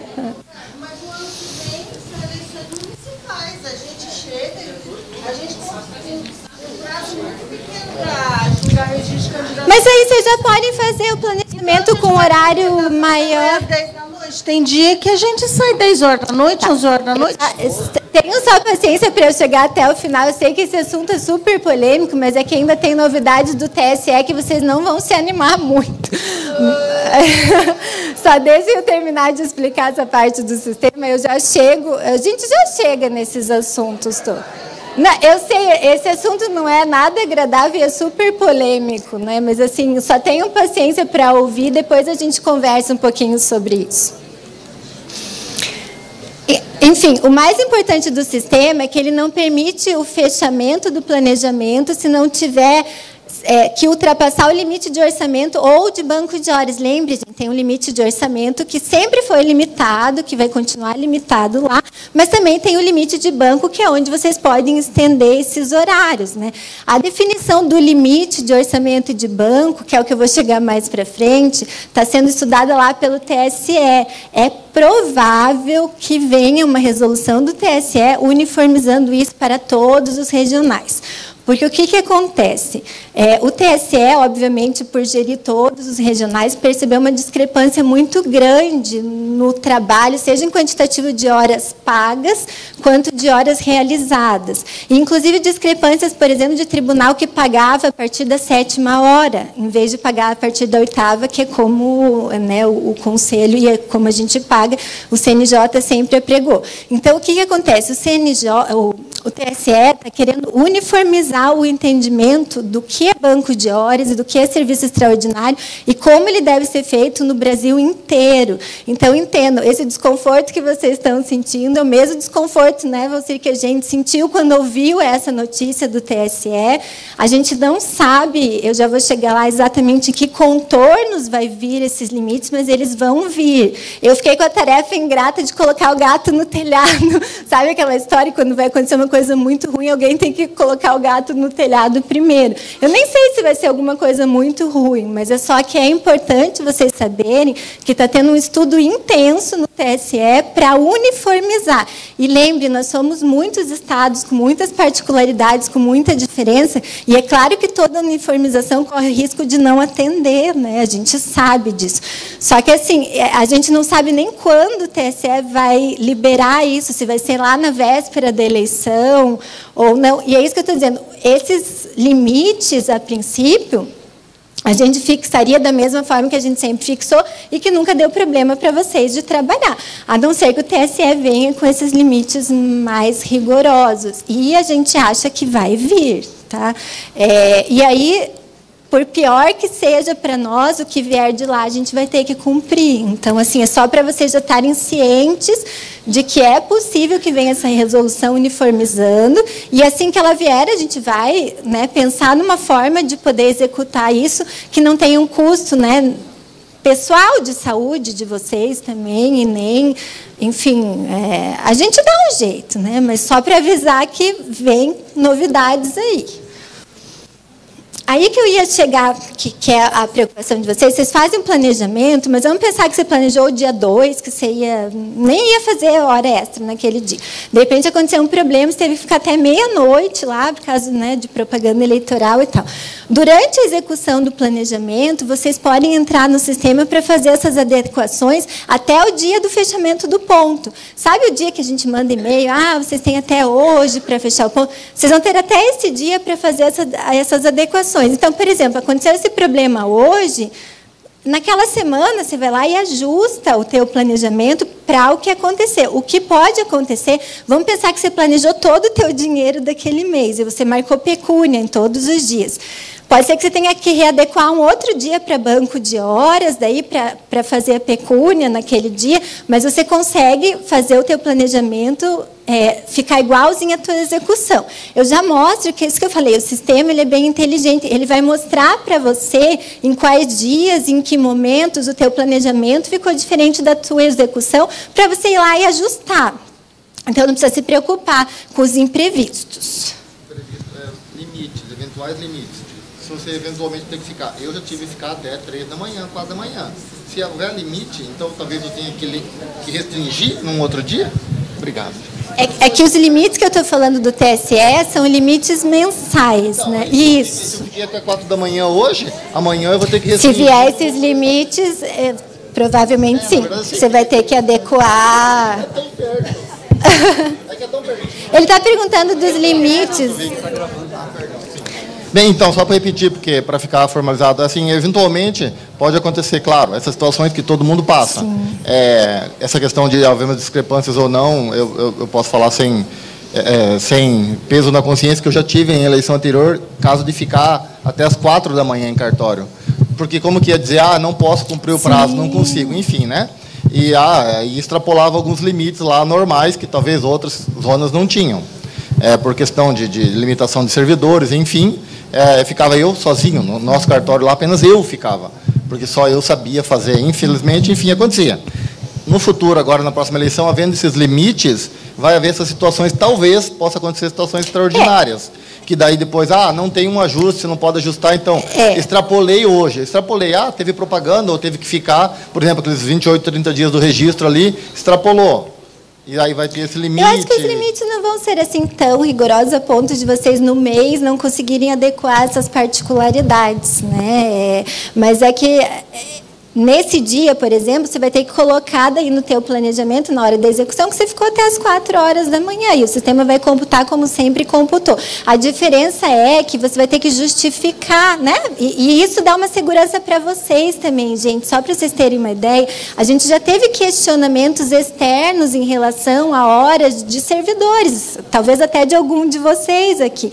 E ter essa justificativa via no sistema é uma segurança até para vocês mesmo, não é só uma questão da administração controlar. Não é isso, até uma segurança para vocês que vocês lançaram, vocês justificaram e a direção geral homologou aquele teu trabalho. Então, ela concordou com aquela tua hora, né? Eu acho que isso, na verdade, protege vocês mais do que do jeito que estava antes. Que alguém podia questionar e falar, escuta, olha lá, ficou até 4 horas da manhã, por que ele ficou lá? Daí passa 5 anos, nem você lembra por que você ficou até as 4 horas da manhã. Então, nem sabia. É isso que eu estou querendo dizer. Então, na verdade, a ideia do sistema, gente, não é algo para ser ruim ou inimigo de vocês. Na verdade, a ideia é justamente a gente só poder deixar tudo mais transparente e registrado. Então, assim, daqui 5 anos, se alguém questionar por que você ficou até 4 horas da manhã, vai estar lá no sistema exatamente o que você foi fazer, porque você que vai lançar isso. Qual o processo de trabalho, qual a justificativa, né? A questão do limite mensal, eu não sei antecipar para vocês qual vai ser o limite mensal nem de pagamento e nem de banco de horas. O de pagamento, obviamente, porque não veio o orçamento ainda do ano que vem e vai ter que ter um estudo para a gente fazer esse planejamento e adequar isso nos meses. A questão do banco de horas é uma questão que a alta administração vai decidir de quais são os limites que vocês vão poder fazer de banco. Mas é claro, gente, durante a eleição, se acontecer algum imprevisto, é só conversar, né? E aí é claro que a gente no sistema consegue flexibilizar o limite lá de banco de horas. De pagamento não tem flexibilidade, porque sempre foi assim, né? O pagamento, a questão, o limite é o próprio orçamento, né? Mas a gente também sempre faz muito mais, né? Que banco de que horas. A gente não fica limitado, nem a banco nem a horas, tem que fazer. Não. Charlie, é que assim, vocês não ficam limitados a horas, entre aspas, porque o pagamento sempre foi limitado. É que vocês nunca tiveram controle de organizar o orçamento de vocês. Na verdade, o que a gente está dando é uma ferramenta de gestão para vocês poderem controlar melhor até a alocação do recurso de vocês. Por exemplo, assim, eu vou escolher que o requisitado que tem função vai ficar lá, entendeu? Vocês vão poder alocar esses recursos mais adequadamente no cartório. Em termos até de pagamento, porque o que é a ideia? A ideia não é fazer como era antes, que simplesmente olhava todo mundo, independente da atividade que a pessoa estava fazendo, e pagava um quantitativo igual de horas. Agora a gente quer pagar mais horas para quem tem mais trabalho. E por isso que eu digo que é uma questão que melhora muito, porque você vai realmente pagar, destinar um orçamento maior para quem tem atividade aumentada. Eu vou te dar um exemplo meu pessoal ali da coordenadoria. A gente tem uma atividade aumentada na eleição? Tem que calcular hora extra. Justifica eu fazer serviço extraordinário? Não, eu consigo fazer no horário normal. Então, por exemplo, esse meu recurso que eu não vou utilizar, ele vai poder ser utilizado por alguém que precisa dessas horas. Então, a ideia do sistema parece meio assustador, mas ele é para melhorar a gestão e a gestão de vocês mesmos lá dentro do cartório. Vocês vão saber exatamente quanto de dinheiro vai se organizar lá para todo mundo, vocês vão saber o banco de horas, o chefe do cartório vai ter um controle muito melhor do que está acontecendo lá no cartório. Tá? Everton... Ó, só para vocês terem uma ideia da carinha do sistema, esse daqui é como que você faz a inclusão do registro lá no cartório. Então, é que aqui está como Secretaria de Gestão de Pessoas, apareceu uma lista grande, mas de vocês vai aparecer a lista dos servidores de vocês, e aí vocês vão ali selecionar ali quem que vai, se vai ser pecúnia o banco de horas, o horário... E dá para fazer dessa forma, esse é um calendário. Então, por exemplo, assim, se vocês têm um trabalho frequente, que vocês vão fazer o mês inteiro, tem que chegar a tal hora e sair, vocês põem uma vez e vocês arrastam assim no calendário, o calendário já puxa todos, é muito mais fácil do que a planilha que vocês estavam preenchendo no ano anterior, tá? É que, olhando o sistema, parece, isso daí vai complicar. Não vai, gente, isso daqui é muito mais fácil do que preencher aquela planilha de Excel.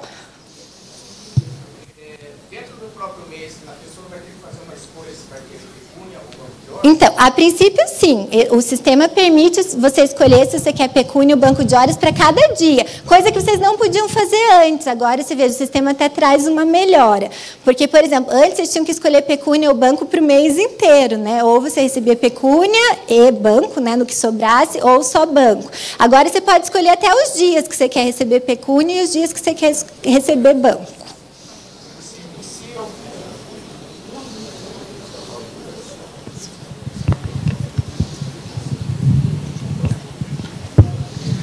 Se houver algum imprevisto e a pessoa tiver escolhido, por exemplo, 15 dias de pecúnia e 15 dias de banco de horas, né? Tá. Se ela precisar usar banco de horas, vai descontar de quê? Da pecúnia ou do Isso, é a mesma lógica de sempre. A nossa resolução continua válida, gente. O sistema não muda a lógica da resolução, né? A nossa resolução hoje, sempre que você gasta horas no mês, ela sai primeiro da sua pecúnia.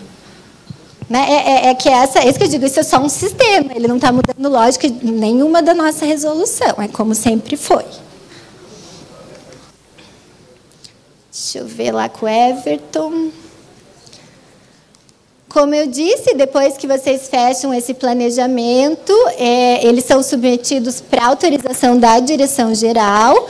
E aqui também tem uma coisa bem interessante para quem é gestor de uma equipe maior. Se você está sozinho no cartório, até isso daqui não faz muito sentido, mas se você tem uma equipe de 3, 4 pessoas, ou até mais, isso daqui ajuda bastante. Porque acontece, depois que você fecha o planejamento, o servidor recebe um e-mail automático que ele já sabe... Depois que o diretor-geral homologa, você recebe um e-mail automático dizendo, você está autorizado a vir trabalhar nesse dia, nesse horário. É isso que eu digo, o sistema ele traz várias coisas que são mais seguras para vocês. Vocês vão ter uma autorização prévia para trabalhar naquele horário. E como eu disse, se acontecer um imprevisto, vocês ficaram a mais naquele dia, não tem problema. Até o fechamento do mês, é só vocês ajustarem no sistema, vai para uma nova homologação do diretor-geral e vai ficar tudo registrado e tudo certo.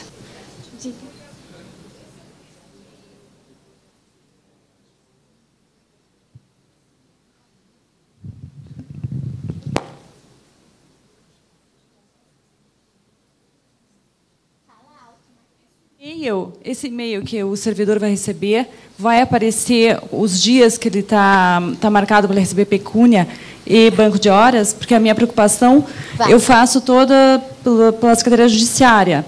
tenho que marcar servidor por servidor e tenho medo de cometer um erro e prejudicar o colega. Aparece sim. Na verdade, assim, o e-mail ele te direciona para o portal do servidor e lá no portal do servidor você vai entrar numa abazinha que vai estar certinho lá o que foi autorizado para você. Né? E é claro, a gente está falando primeiro de um planejamento e depois que se durante o a execução tiver alteração, você vai receber um novo e-mail com aquela adequação. Né? Na verdade, você pode abrir e fechar teu planejamento quantas vezes você quiser, só que só não vamos fazer isso, senão o Valcir vai sofrer, porque toda vez que você fechar o planejamento, o Valcir tem que homologar. Então, assim, o que eu sugiro, assim, vocês fazem o planejamento prévio, e aí, conforme vai acontecendo esses imprevistos, vocês vão ajustando no sistema, mas deixam para fechar lá no finalzinho, né, do fechamento da frequência, para daí só ter mais uma homologação. Mas assim, se vocês quiserem fechar antes, aí tudo bem, só o Valcir que vai ter que ficar homologando o planejamento do cartório. Ó, o acompanhamento. Então, aqui, ó, aqui o que eu estava falando até agora, durante o mês de execução é possível reabrir o planejamento autorizado para efetuar os ajustes. Né? O sistema apresenta todos os alertas comparando o que vocês planejaram com o que executaram. Quando eu digo que executaram, o sistema ele já pega a tua frequência lá biométrica do ponto e ele vai comparar o que está na tua frequência com o que você planejou lá. Aqui vocês não vão enxergar nada, né, gente? Mas, na verdade, aqui mostra esse relatório, um relatório que vocês vão usar bastante, que ele aparece justamente o nome da pessoa e a comparação entre o que estava planejado e o que a pessoa executa. E o sistema ele é bem gentil, ele já diz para você o que é para você fazer. Ele vai falar assim, ajuste a hora de saída, ajuste não sei o que. Ele diz qual é a inconsistência para vocês avaliarem se é o caso. Gente, isso é uma ferramenta de gestão importante, porque é que talvez aconteça menos com vocês, porque vocês são poucos no cartório, que eu digo assim, vocês estão em dois, estão sempre ali juntos, mas aqui no tribunal é uma ferramenta essencial, porque nem sempre você está olhando a pessoa e você sabe se ela veio ou se ela não veio. Então, por exemplo, assim, isso daqui é para ter uma autorização prévia, ou seja, se o servidor não vai poder vir porque ele quer, ele vai ter que pedir para alguém para estar lá trabalhando e ter uma justificativa para estar fazendo aquele trabalho. Né? Então, assim, é por isso que a gente está trazendo, né, que é uma ferramenta de gestão. É para acabar com aquela ideia de que as horas a gente pode fazer conforme a gente queira fazer. Na verdade, as horas é para fazer conforme a necessidade do serviço, coisa que vocês têm de monte, né, no cartório, a gente sabe. Então, não vai ser nenhum problema para vocês. Eu acho que isso, na verdade, até ampara vocês nessas situações de questionamento de trabalhos nesses horários que vocês ficam meio estranhos, né, até 4 da manhã, que a gente acaba não passando por isso aqui. Então, e daí tem vários relatórios no sistema, inclusive dá para você, enfim, ver quanto que você vai ganhar no mês, etc. E os benefícios que esse sistema traz, obviamente, é o controle orçamentário, a gestão do serviço extraordinário de acordo com a necessidade de serviço, que é isso que eu estava falando, a gente quer destinar o recurso de uma forma mais adequada para os setores que têm mais necessidade de realização de hora extra, a segurança das informações, porque lembrem, gente, agora vocês vão estar seguros exatamente de qual a hora que foi autorizada, porque vocês planejaram, vocês viram, o que eu digo assim, evita o erro humano do que a gente sempre fez na eleição, que é pegar aqueles Excel de vocês e lançar essas autorizações uma a uma, é que vocês não sabem disso, mas a gente lançava uma a uma autorização de vocês no sistema, o que podia correr um risco da gente errar um horário, alguma coisa, e alguém acabar não recebendo o banco de horas ou o pagamento adequado. Esse risco acaba, porque vocês mesmos vão ter acesso a esse controle, né? Isso dá mais transparência, né, ao pagamento e às horas. A gente, então, vai integrar com todos os sistemas existentes, diminui o retrabalho, mais transparência, como eu falei, planejamento e base de dados para eleições futuras. Só lembrando, gente, vocês ouviram o Moser falando da DFT, né, que eles estão fazendo, inclusive, nos cartórios. Essa ideia do GSE é na mesma lógica de tudo isso que o TSE está fazendo, né, de entender melhor como é que funcionam as atividades e entender as discrepâncias, porque, às vezes, pensa no TSE, olhando todos os regionais, como é difícil para eles entender por que você ficou até as 4 da manhã, por que o outro ficou até as 2. É muito difícil para eles olharem isso, e lembre que isso dá reflexo financeiro, e tem análise de contas pelo Tribunal de Contas e tudo isso, então a gente precisa ter esses dados de uma forma muito transparente, até para mostrar realmente que a gente está lá trabalhando. Né? Só para esclarecer. Não, é para esclarecer. Só para esclarecer, até para ninguém, para os colegas que não sabem o que acontece, né? Eu tive que justificar isso posteriormente, e eu justifiquei mediante extratos de movimentação do SADP com registros de sentenças e etc, e dezenas efetuados por mim às 3, 4 da manhã. Então, só para que uma dessas colegas pense, nossa, por que lá o cara ficou até 4 da manhã se eu precisei ficar só até as 21 horas, né?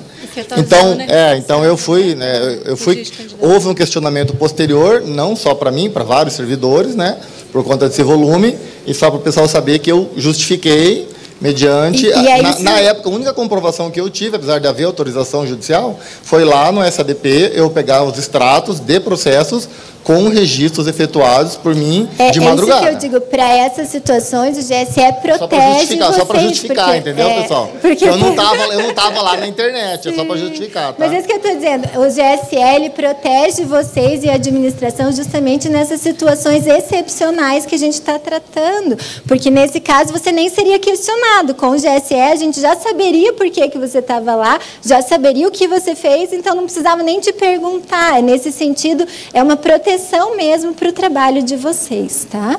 Mas é o que eu falei, olha, gente, é um sistema novo, a gente está testando, a gente vai testar na sede primeiro, antes de colocar para vocês. Então, assim, precisa ter um pouco de paciência, porque como toda novidade gera um desconforto na utilização, mas logo a gente se acostuma. E os benefícios são enormes, né? Então, vale a pena. Ixi, agora... que acabou aqui a pilha. Bom, agora que eu já adiantei uma parte, que é aqui, que é pôr o gato no telhado, que eu estava falando para vocês, que é a questão da nova resolução do TSE. Então, o TSE ele está minutando uma resolução com alterações significativas em relação a hora extras e banco de horas. Quando eu falo alterações significativas, é justamente que eles estão estudando para fixar limites intransponíveis. Só que esses limites, a gente não tem ainda muita ideia de como... sabe, a quantidade deles, mas eles estão estudando justamente para fixar isso e uniformizar em todos os regionais. Então, se sair essa resolução do TSE, vai ter limite tanto para pagamento de horas extras, quanto para realização de banco. É por isso que eu já estou avisando vocês, porque... vai ter limite, Charlie, porque hoje, por exemplo, a gente nunca limitou a quantidade de horas de banco. A gente limitava o pagamento por questão orçamentária, mas nunca houve um limite de, só pode fazer 100 horas ou 50, ou nunca teve. As pessoas faziam o que era preciso. O TSE está querendo fixar um limite mensal. Se eles vão fixar, quanto vão fixar, gente, eu não tenho essa resposta. Eu até liguei no TSE ontem para saber como é que estava o andamento dessa resolução, e eles não souberam dizer, até porque está para trocar lá. Então, assim, eu nem sei se isso daí vai sair desse jeito. É só para vocês saberem, porque uma grande reclamação que sempre vem de vocês é que vocês não ficam sabendo das coisas que estão acontecendo. Estamos contando o que está acontecendo. Só que, assim, não exige uma resposta pronta que a gente ainda não tem. Se eu tivesse resposta, eu já ia trazer os limites, mas a gente ainda não tem essa resposta. Aqui é uma coisa que eles colocaram lá também, eles vão fixar agora prazo para utilização de banco. Isso eu já percebi que vai ser inegociável lá. Então, assim, não vai ter banco como o nosso sempre foi, sem um limite para fruição. Eles vão fixar um prazo para fruição. O prazo que eles estavam pensando em fixar é que o banco realizado, por exemplo, nas eleições, ficasse para ser utilizado até 30 de junho do ano seguinte não eleitoral. Eu questionei isso já. Eu questionei porque eu já achei esse limite muito restrito. Eu até sugeri que ficasse pelo menos até a outra eleição. Não, mas só para vocês entenderem, a gente já fez essas sugestões, mas é que o fato de fazer a sugestão, né, Valcir, e o TSE aceitar a sugestão é um caminho longo. Mas, assim, a gente sabe que vai ser difícil se eles fixarem esse limite dessa forma, como eles estão pretendendo. A gente já sugeriu um prazo mais elástico, mas não sabemos o que vem do TSE. Então, só estou avisando, gente, não briguem comigo, não sou eu que escolhi o limite. Eles também querem condicionar nessa resolução alguns atos discricionários à fruição prévia de banco de horas. Então, por exemplo, assim, o servidor quer pedir uma licença sem vencimentos. Ah, mas você tem banco de 100 horas? Tudo bem, você pode tirar a tua licença, mas primeiro você vai gastar o seu banco de 100 horas. Mesma coisa para licença capacitação. Ah, eu preciso fazer um curso, eu quero licença capacitação? Tudo bem, mas você vai ter que primeiro gastar as suas X horas de banco. Esses slides vão ficar disponíveis para vocês, não precisam nem se preocupar. Olha, nessa resolução também está para vir uma proibição expressa de conversão de banco em pecúnia, o que significa o seguinte: se sair essa resolução e a partir do momento que ela sair, o TSE não vai mais liberar orçamento para pagar, para converter banco de horas em pecúnia. O TSE explicou isso, que na verdade eles quiseram auxiliar os regionais fazendo essas conversões de banco em pecúnia, mas eles criaram um elefante branco, e daí em muitos tribunais o pessoal começou a fazer poupança, começou a fazer um monte de horas em épocas não necessárias e tudo pensando numa possível conversão. Então eles estão pensando de fazer isso, mas assim, que eu disse, pensando se vai sair dessa forma ou não, não sabemos. E aqui a gente está falando de conversão, né? A gente não está falando das horas extras que vocês recebem normalmente no período eleitoral. Aqui também se veja outra questão do TSE, eles estão lá tentando limitar os trabalhos no fim de semana, e aí eles esqueceram que vocês têm plantões nos domingos, né? Mas o que eu digo, tudo isso foi passado para o TSE, então eles, algumas coisas da minuta que não estavam, eles vão readequar esses limites, por isso que foi importante que eles chamaram os regionais para falar sobre isso. Mas é o que eu disse, a gente passou as nossas sugestões para o TSE, todos os regionais passaram, o desconforto de vocês foi o desconforto de quase todos os regionais, e agora a gente está esperando essa análise do TSE. Mas a partir de agora, a gente daí já não sabe como tudo isso vai vir. Passado esse assunto problemático, eu vou só trazer outros assuntos bem rápidos aqui da coordenadoria. Gente, eu sei que falar de dinheiro, hora extra, é sempre um problema, sempre difícil, mas a ideia que a Solange pediu e o Valcir pediu é justamente para a gente poder já deixar vocês sabendo o que pode vir a acontecer. Então, não é para ninguém se desesperar, ficar preocupado, é mais para vocês terem conhecimento do que acontece, né, para vocês, enfim, não serem pegos de susto. Que imagina um mês antes da eleição, vocês descobrem que vem um limite, aí sim vocês iam querer trucidar a gente aqui. Então, assim, outros assuntos bem rapidinhos. Se alguém de vocês precisou se deslocar na terça para vir para cá e não foi trabalhar e vai precisar do abono da frequência, é só para vocês abrirem um SIAT lá para a seção de diárias e controle da frequência, para a gente poder regularizar. A gente queria pedir o favor que se alguém está com dificuldade lá no cartório de digitar, de reconhecer a biometria, né, na hora de bater o ponto, que vocês também passem lá na sessão, porque esse cadastro que é feito à distância, às vezes não pega tão bem. Então, se vocês passarem ali, fazer o cadastro, né, recadastrar digital, vai melhorar para vocês a hora de bater o ponto. Então, se alguém tiver dificuldade, para vocês passarem lá. Esse mês, vocês vão receber, para quem tem auxílio transporte, vão receber 2, tá? Porque a partir do ano que vem, a gente vai pagar o auxílio transporte antecipado. Então, vocês vão receber o auxílio transporte do mês de dezembro e o de janeiro também, tá? Então, só para vocês entenderem que a partir de agora é antecipado, até para entenderem as lógicas dos descontos depois. Então, vocês estão recebendo em dezembro, o de dezembro e janeiro. A partir do ano que vem também, de janeiro, vai ter uma mudança na questão das diárias, não é questão de valores, tá? É só uma questão que hoje vocês recebem o valor líquido da diária, já descontado o auxílio alimentação. A partir do ano que vem, a pedido do orçamento, a gente vai pagar o valor bruto para vocês e o desconto do auxílio alimentação vai vir na folha. Então, só para vocês não estranharem, mas quando vocês tiverem diárias, vai ter um desconto de auxílio alimentação daí na folha, tá? Não muda nada na prática, o valor ficou tudo igual, é só a questão de que momento que o desconto vai ser feito. Gente, aqui também vou falar super rápido, que eu sei que é um assunto polêmico que está angustiando todo mundo, que é a questão da nova Previdência, né? As mudanças que vieram com a emenda 103 foram mudanças substanciais, e eu acho que eu queria, nesses 2, 3 minutos que eu tenho para falar ainda para vocês, só trazer 2 pontos que eu achei mais drásticos e que vocês precisam começar a pensar sobre isso, que é a mudança da aposentadoria por invalidez e da pensão. A aposentadoria por invalidez, do jeito que existia antes, acabou. Como que era a aposentadoria por invalidez antes?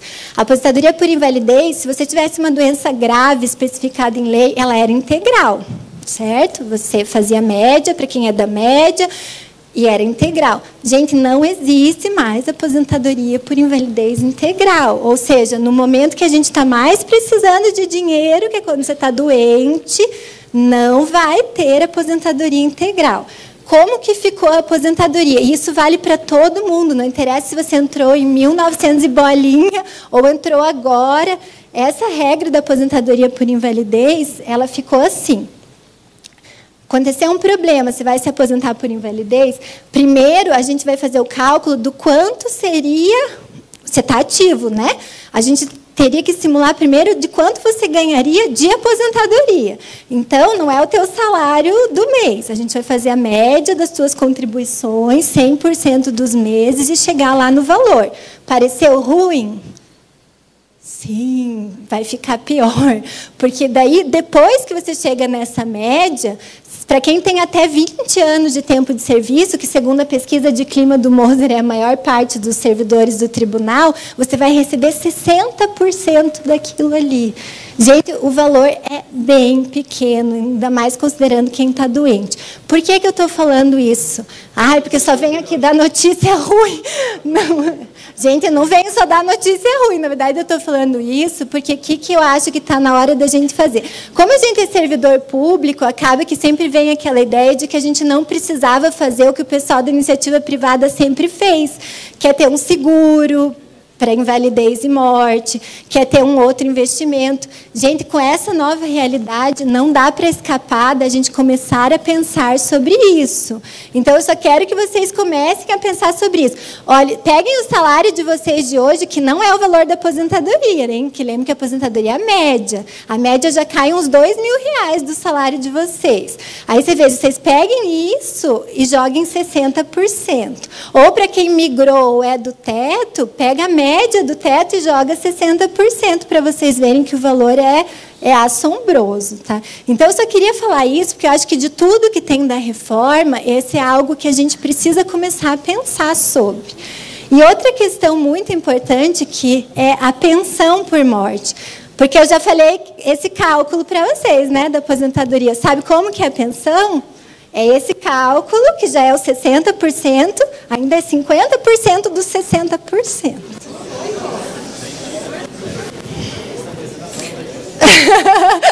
Chega na meta do...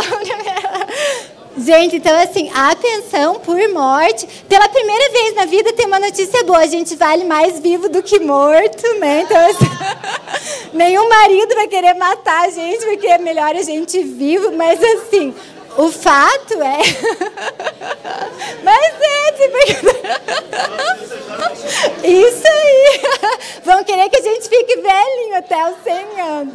Então, gente, mas assim, eu sei que eu estou falando algo drástico, mas é que eu quero que vocês pensem sobre isso, principalmente para quem tem filho pequeno. Porque, assim, quem tem marido, ainda o marido trabalha, vai se virar. E a gente não quer deixar a pensão para eles casarem com outra, né, gente? Fala a verdade. Não, morreu. Mas, na verdade, o que acontece é o seguinte, quem tem filho tem que começar a pensar sobre isso, tá? E é um pensamento bem sério mesmo. Então, é isso que eu falo.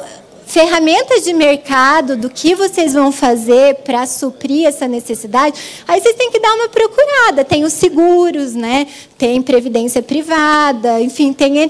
Para vocês saberem, o Funpresp fez uma licitação lá com uma seguradora, quem ganhou foi a Icatu Seguros, e o seguro deles está com um valor bem pequeno, assim, de desconto em folha. Mesmo para quem não migrou, para quem é do regime anterior e que não migrou, vocês podem aderir ao Funpresp como participante vinculado, que vocês contribuem sozinho, num valor bem pequenininho, para ter acesso a esse seguro num valor pequeno. O prêmio deles é alto e o valor é pequeno.